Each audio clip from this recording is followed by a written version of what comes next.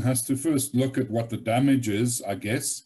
And we know that 200 shopping malls out of 2,300 that we have been either destroyed or at least damaged.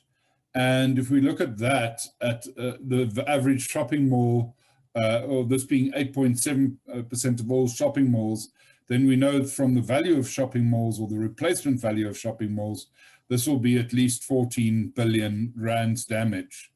So we can look at that, or that's what we estimate. And then we estimate on top of that, that your typical shop would have 4, 5, 6 times the value of that shop in goods. And we also can check that with the amount of finished goods that we have in the economy.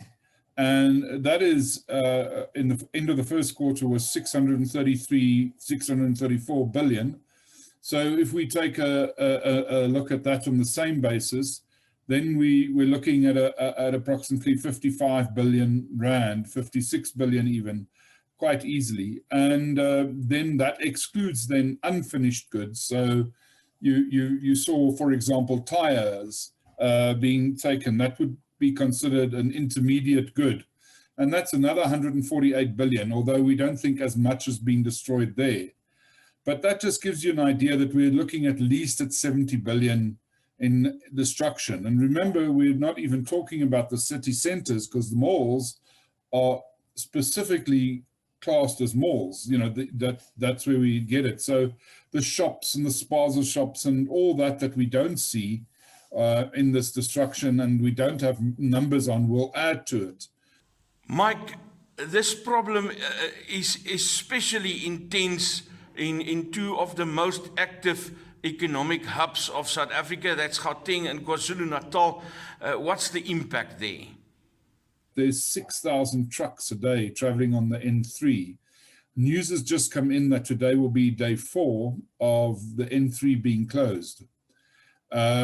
So that is the main long distance route between Gauteng, the economic hub of South Africa, and the secondary hub of Durban and our export market.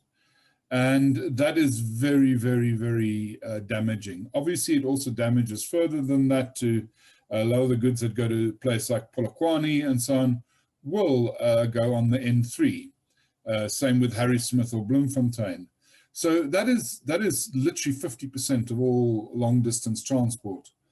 And we believe that it's roughly about 120, maybe even 150, 60 billion a day of goods that travel on that highway every day.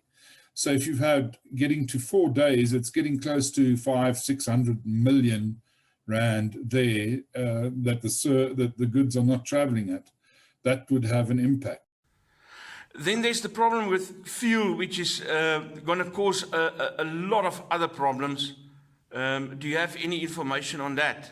We are inland economy to a large part, but we haven't got waterways.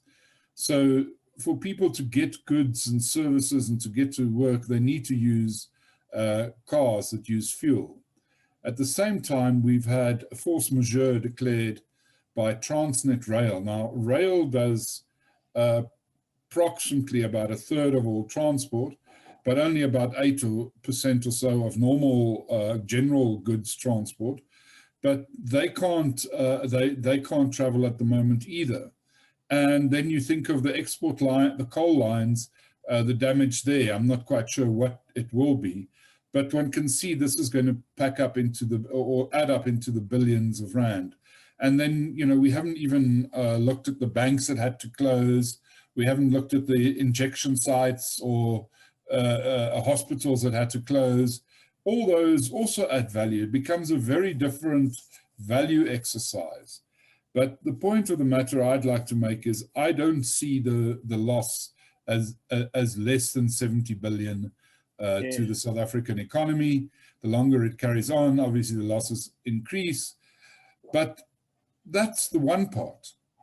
The other part, which is as important, Isak, is that for confidence, you know, business needs confidence, consumers need confidence. You don't go and buy a house during a riot. You don't go and buy a car during a riot.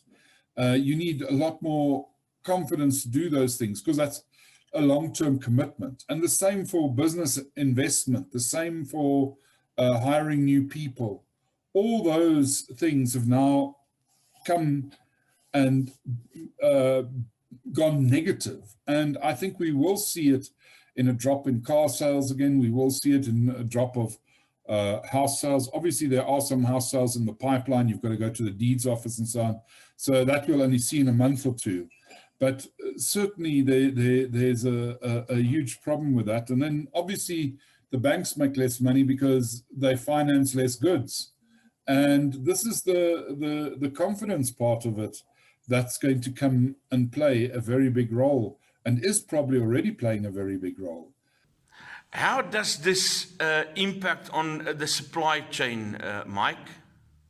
The shock to the supply chain has been huge. I do a lot of work on supply chains, and already worldwide we have a supply chain problem. Container rates are at record highs. They're up roughly 400% on a year ago.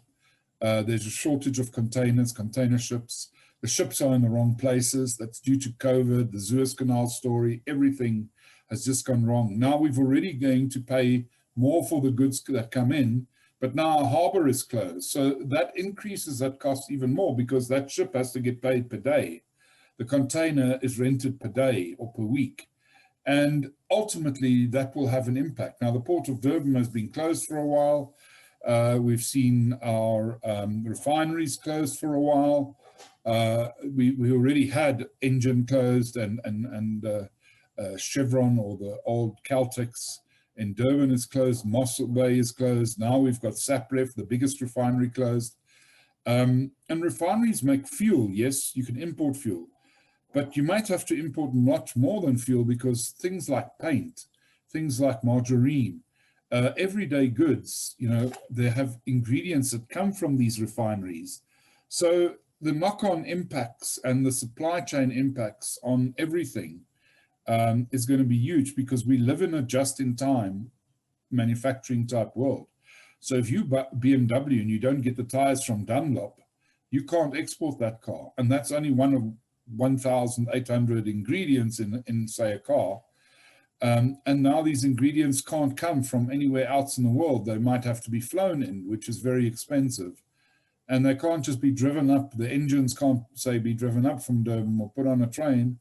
That's going to stop that production pretty quickly. So it is really a mess on the supply chain impacts, from the factories to the fact that the trucks can't run, or the rail, the ports are closed, the worldwide problem with supply chains. It's really going to damage the South African economy. And then the damage that the South African economy is doing to itself in its reputation to be able to deliver goods on time. We're a modern economy, we're part of the world's supply chain. So when we make a car, or we make an engine for a car, or we make a car seat or car seat cover for a car, and we can't get it to Turkey or Germany or Brazil on time, then we will not be part of that supply chain anymore. So this has a much bigger impact than just the violence taking place at specific spots. And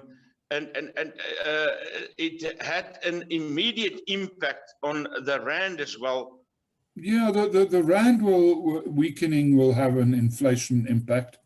Maybe not as big right now, but I think the bigger impact is the confidence, the human side of this. Because South Africa is doing its reputation, or damage to its reputation. Business is scared.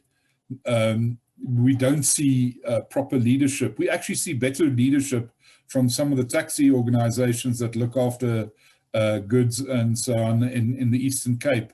And in Mbombela, we've seen people work across, and Witbank, people working across color lines and defending things. And it's starting to happen everywhere.